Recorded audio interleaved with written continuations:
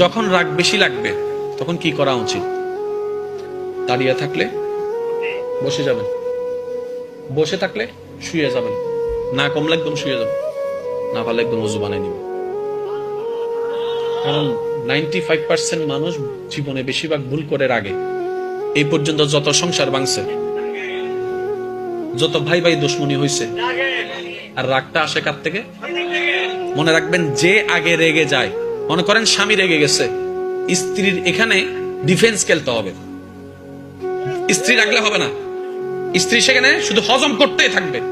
কারণ স্ত্রী নিজেও ভালো করে জানে এখন যা বলছে মনের কথা নয়, সব রাগের কথা, শয়তানের কথা। কথা বলেন ঠিক কিনা? স্ত্রী যদি, স্ত্রীও তো মানুষ, স্ত্রীও তো রাখতে পারে, মন মেজাজ তো সবার সবসময় একরকম থাকে না।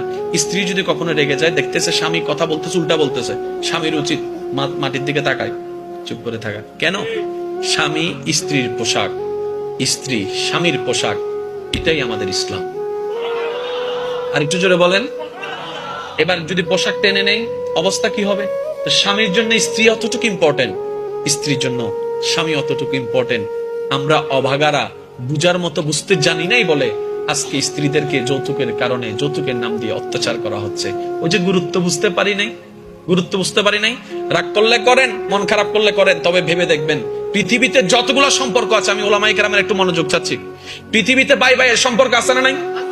শেষ বলা যা সব বলা তার জোরে করে, ভাই ভাইয়ের সম্পর্ক আছে না নাই? ভাই বোনের সম্পর্ক আছে না নাই? মা সন্তানের সম্পর্ক আছে না নাই? স্বামী স্ত্রীর সম্পর্ক আছে না নাই?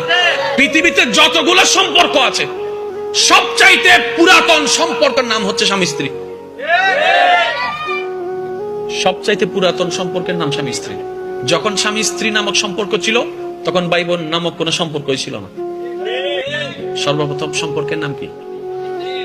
এবং জান্নাতে যে অনন্তকাল, সেখানেও স্বামী স্ত্রী। এবার আপনারাই ভেবে দেখেন স্বামী স্ত্রী শব্দটা কত ইম্পর্টেন্ট। কারণ পৃথিবীতে আদম এবং হাওয়া আলাইহিস আগে কেউ ছিল না, আর ওনাদের সম্পর্কটাই ছিল স্বামী স্ত্রী। এবার ভেবে দেখেন, আল্লাহ তাআলা স্বামী স্ত্রী